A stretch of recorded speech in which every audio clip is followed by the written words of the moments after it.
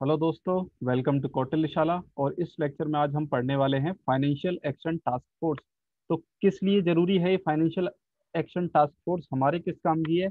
अगर आप यूपीपीसीएस या यूपीएससी मेंस की तैयारी कर रहे हैं तो उसमें इंटरनेशनल रिलेशन जीएस 2 के अंदर एक सब टॉपिक है। तो वहां पर एक टॉपिक होता है इंटरनेशनल ऑर्गेनाइजेशन। तो उसमें फाइनेंशियल एक्शन टास्क फोर्स भी एक इम्पोर्टेंट इंटरनेशनल ऑर्गेनाइजेशन है। और दूसरा, ये प्रिलिम्स में भी जरूरी है, चाहे वो यूपी के कोई भी एग्जाम हो, वनडे एग्जाम हो, वहां पर पूछा जा सकता है, क्योंकि ये न्यूज में बहुत ज्यादा रहता है। वो हम देखेंगे क्यों न्यूज में रहता है ये। तो ये टॉपिक किसी भी लिहाज से बड़ा इंपॉर्टेंट है। तो आइए शुरू करते हैं। तो सबसे पहले जान लेते हैं इसके बारे में कुछ बेसिक। तो क्या है ये फाइनेंशियल एक्शन टास्क फोर्स? ये एक इंटर गवर्नमेंटल बॉडी है, यानी कई देशों की सरकारों ने आपस में मिलकर एक बॉडी बनाई किसी विशेष काम के लिए। कुछ ये देश हैं 1 2 3 4 5, और इन देशों ने आपस में किसी काम के लिए, देखेंगे क्या काम है वो। तो कौन से देशों की सरकारों ने शुरू किया था ये? सबसे पहले 1989 में G7 यानी ग्रुप ऑफ 7, जिसमें कि आपको पता है जो डेवलप्ड कंट्रीज हैं, जिनमें कि यूएसए है या फिर कनाडा है, तो इस तरह की कंट्री है, ब्रिटेन है। ऐसे 7 देशों का एक समूह है G7, जिसकी अभी भी जून में भी एक समिट चल रही है। आपको पता हो, करंट से रिलेटेड ये क्वेश्चन है कि G7 की समिट अभी कहाँ चल रही है? ब्रिटेन में चल रही है। तो 1989 में पेरिस में ऐसी एक समिट हुई थी। तो इन्होंने तब FATF का निर्माण किया। काम क्या करता है ये काम करता है, ये assess the strength of a country's anti money laundering and anti terror financing framework. यानी कोई भी देश जो इसमें शामिल हुआ है एफएटीएफ में, वो देश मनी लॉन्ड्रिंग से बचने के लिए कितने कठोर कानून लेकर आया है और उनको कितनी कठोरता से इम्प्लीमेंट कर रहा है। ये सबसे पहला काम इसका ये है, इसीलिए ये शुरू किया गया था शुरू में। लेकिन बाद में इसमें एंटी टेरर फाइनेंसिंग फ्रेमवर्क भी ऐड कर दिया गया।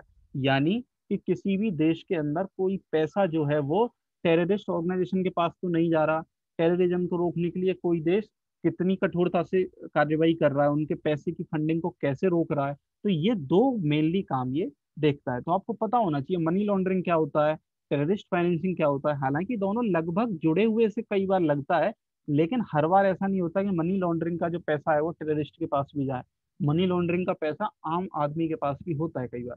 तो मनी लॉन्ड्रिंग का एक बेसिक जानकारी सबसे पहले आपको पता होना चाहिए कि मनी लॉन्ड्रिंग कुछ ऐसा है कि आपको पता है ब्लैक मनी वो पैसा होता है कि जिस पे कोई व्यक्ति टैक्स नहीं दे रहा।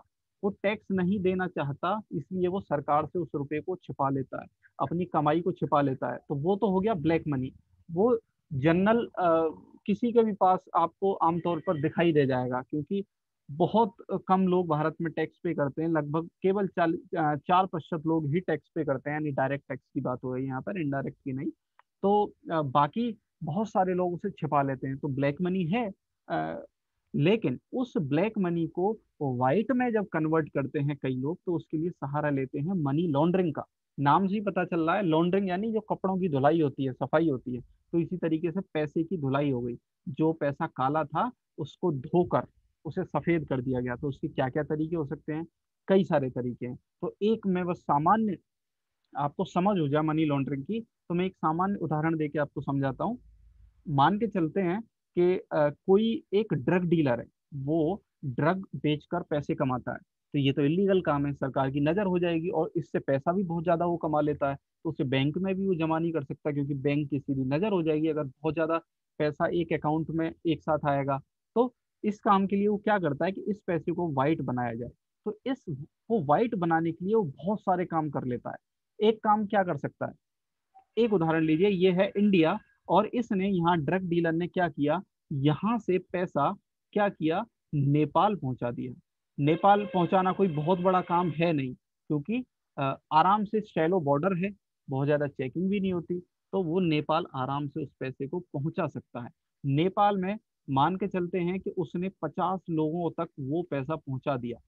यानी कि 50 लोग हैं, और उन 50 लोगों के अकाउंट में उसने वो पैसा ट्रांसफर करवा दिया नेपाल में। अब भारत की सरकार के लिए बड़ा मुश्किल है कि वो उस पैसे को ढूंढे कि नेपाल में किस किस व्यक्ति को उस व्यक्ति ने पैसे पहुंचाए। यही काम बड़ा मुश्किल है। अगर ये भी पता लग जाए तो वो और क्या करेगा, नेपाल से फिर किसी और देश, मान के चलिए दुबई पहुंचा देता है वो पचासों लोगों के अकाउंट से उसको दुबई ट्रांसफर करवा देता है उस रुपए को। अब दुबई में वो मान के चलिए 100 अकाउंट में ट्रांसफर करवा देता है, तो किसी भी सरकार के लिए ये लगभग इम्पॉसिबल हो जाता है कि वो 100 अकाउंट में खंगाली करे। और ये इस पैसे का ओरिजिन कहाँ से था, कैसे आया ये रुपया, किसी को पता नहीं चलेगा।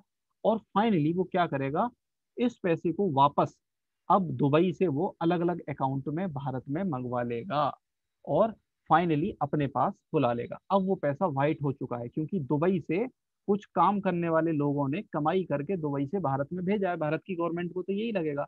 अब वो पैसा पूरी तरीके से वाइट हो चुका है, यही है मनी लॉन्ड्रिंग। तो इस तरीके के काम को रोकने के लिए एफएटीएफ काम करती है। लेकिन इसमें 2001 में एफएटीएफ ने क्या किया, अपने आप को एक्सपेंड किया और फिर टेररिस्ट फाइनेंसिंग से भी लड़ने के लिए एफएटीएफ ने अपने आप को मजबूत कर लिया। अब वो टेररिस्ट के लिए जो फाइनेंसिंग होती है उसको भी नजर रखता है। अप्रैल 2012 में इसने और थोड़ा सा ऐड किया अपने आप में, और weapons of mass destruction. Weapons of mass destruction यानी जो बहुत ज्यादा बाहरी तबाही करने के लिए अगर कोई वेपन्स बनाए जा रहे हैं, तो उसके लिए जो फाइनेंसिंग हो रही है उसको भी ये रोकती है एफएटीएफ। तो अभी इसके तीन मेन काम हो चुके हैं।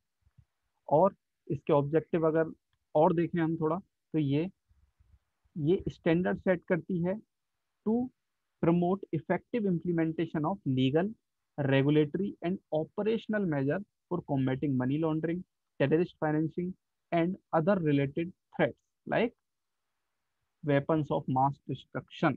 इस तरह की चीजों के लिए ये काम करती है। हेडक्वार्टर कहाँ है इसका, इसका हेडक्वार्टर ओईसीडी में, जहाँ ओईसीडी जो ऑर्गेनाइजेशन है, organisation for economic cooperation and development, Paris में है। उसी हेडक्वार्टर में इसका भी हेडक्वार्टर शामिल है, पेरिस में इसका हेडक्वार्टर। तो मेंबर इसके कितने हैं, इसके 39 मेंबर हैं फिलहाल। और इसके अंदर दो रीजनल ऑर्गेनाइजेशन भी इसके मेंबर हैं। एफएटीएफ खुद अपने आप में एक इंटर गवर्नमेंटल ऑर्गेनाइजेशन है, और इसके मेंबर में दो और ऑर्गेनाइजेशन हैं।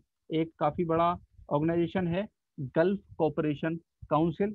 आपको पता है जो गल्फ की कंट्रीज हैं, जो गल्फ में कुवैत है, सऊदी अरब है, यूएई है, ये सब इसकी इनका एक ऑर्गेनाइजेशन है, वो एफएटीएफ का मेंबर है।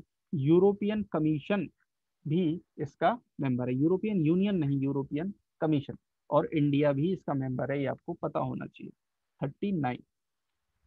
इसके अलावा एक इसमें ग्रुप है, एफएटीएफ का एक ग्रुप है जिसे हम बोलते हैं ईएजी। क्या है ये ईएजी? एक रीजनल बॉडी है। मतलब एफएटीएफ की जो 39 कंट्री हैं, उनमें से 9 देशों ने एक अपना अलग एक ग्रुप बना लिया है, ईएजी जिसे हम बोल देते हैं। उसमें India, Russia, China, Kazakhstan, Kyrgyzstan, Tajikistan, Turkmenistan, Uzbekistan, Belarus, ये सारे देश इसमें शामिल हैं। तो मेनली इसमें जो एशियन कंट्रीज हैं वही शामिल हैं, इन्होंने अलग से एक देश बना लिया। तो ईएजी जो है एसोसिएट मेंबर है एफएटीएफ का। ये अपने आप में एक अलग ग्रुप है जिसने एफएटीएफ की मेंबरशिप ले रखी है। एफएटीएफ में कुछ लिस्ट होती है जो अक्सर आपको न्यूज में दिखाई देती हैं और पाकिस्तान के संबंध में ज्यादा दिखाई देती हैं। तो दो लिस्ट हैं, ग्रे लिस्ट और ब्लैक लिस्ट। क्या होती हैं ये समझते हैं। देखो, ग्रे लिस्ट का मतलब है अगर किसी देश को ग्रे लिस्ट में डाल दिया, तो इसका मतलब ये है कि ये जो देश है ये आतंकवादियों के लिए बहुत ही अच्छा देश है। मतलब आतंकवादियों के लिहाज से बड़ा अच्छा है। उनको आराम से यहाँ पे फंडिंग हो जाती है, और उनके पैसों की कोई बहुत ज्यादा जांच नहीं होती है उनके अकाउंट्स की। और जैसे पाकिस्तान फिलहाल ग्रे लिस्ट में क्यों है, क्योंकि वहाँ आतंकवादी फल फूल रहे हैं आराम से, उनके अकाउंट की कोई जांच पड़ताल नहीं होती, आराम से मनी लॉन्ड्रिंग हो जाती है वहाँ। हाफिज सईद से लेके और तमाम वहां पर अजहर मसूद, ये सब पाकिस्तान में पनाह लिए हुए हैं, और जबकि इन पे तमाम चार्जेस हैं, और ये अपने ऑर्गेनाइजेशन वहां चला रहे हैं। पैसा ये गलत तरीके से कमाते हैं, लेकिन वहां की सरकार बताती है कि हमें इसमें कोई भी गलत नहीं दिखाई दिया। तो ऐसे देशों को ग्रे लिस्ट में डाल दिया जाता है। तो इससे होता क्या है, ग्रे लिस्ट में डालने से पाकिस्तान को क्या परेशानी होगी? इससे परेशानी ये होगी कि अब पाकिस्तान को ये चेतावनी है कि अगर आपने सुधार नहीं किया, लगातार आतंकवादियों को फंडिंग होती रही, तुमने उनके अकाउंट सीज नहीं किए, तो हम आपको डाल देंगे ब्लैक लिस्ट में। तो ब्लैक लिस्ट में डालने से क्या होगा, ब्लैक लिस्ट में डालने से पाकिस्तान कंगाल हालत में पहुंच जाएगा, क्योंकि ऐसे देशों को फिर कह दिया जाता है नॉन कोऑपरेटिव कंट्रीज और टेरिटरीज, यानी ये जो देश हैं ये दुनिया की मदद नहीं कर रहे हैं आतंकवाद से लड़ने में, ये हो गए नॉन कोऑपरेटिव कंट्री। और ये टेररिस्टों को फंडिंग करते हैं, मनी लॉन्ड्रिंग करवाते हैं आतंकवादियों पर, आम लोगों पर, तो ये ब्लैक लिस्ट में है इसलिए।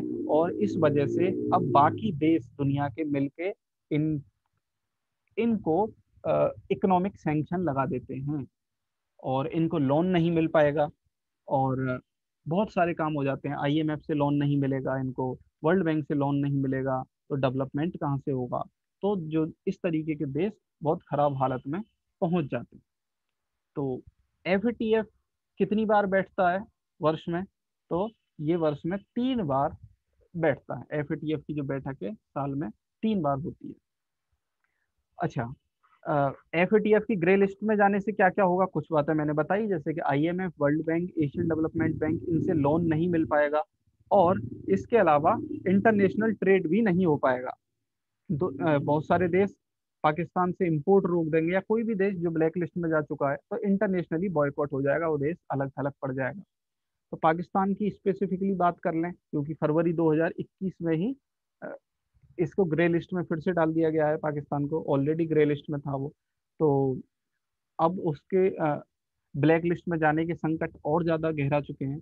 तो क्या हुआ है कि फरवरी 2021 में एक 27 पॉइंट एक्शन प्लान लेकर आई है एफएटीएफ, जिसमें उसको बताया गया है पाकिस्तान के कि तुम्हें ये 27 काम करने हैं, अगर नहीं किए तो हम तुम्हें ब्लैक लिस्ट में डाल देंगे। तो जून 2018 से लगातार पाकिस्तान ग्रे लिस्ट में है, और एफएटीएफ के कुछ पार्टनर हैं जैसे एशिया पैसिफिक ग्रुप, वो पाकिस्तान पे नजर रखे हुए हैं, इनको काम सौंपा हुआ है कि आप पाकिस्तान पे नजर रखो, इनकी बैंकिंग सिस्टम पे नजर रखो, कोई मनी लॉन्ड्रिंग तो नहीं हो रही, कोई टेररिस्ट को पैसा तो नहीं जा रहा। तो ये सारा काम इस समय चल रहा है। तो अगर ये सब नहीं हुआ तो 2021 के नवंबर में एक बार फिर से बैठक होगी, और अगर पाकिस्तान में इम्प्रूवमेंट नहीं दिखाई दिया उसकी पॉलिसी में, तो उसको ब्लैक लिस्ट में फिर से डाल दिया जाएगा, और फिर उसकी इकोनॉमी बहुत ज़्यादा खस्ता हाल हो जाएगी। तो ये एफएटीएफ के बारे में सब कुछ था, इससे बाहर कुछ नहीं पूछ सकता कोई भी। प्रीलिम्स में क्वेश्चन पूछेगा वो भी हम कवर कर चुके हैं, मेंस में पूछे जाएंगे वो भी कवर हो चुके हैं। तो आई होप आपको ये लेक्चर पसंद आया होगा। अगर पसंद आया है तो आप प्लीज़ हमारे चैनल को सब्सक्राइब कर लीजिए, हमारे टेलीग्राम चैनल को भी ज्वाइन कर लीजिए, कौटिल्यशाला आप सर्च करेंगे तो आपको चैनल मिल जाएगा। Thank you for watching this.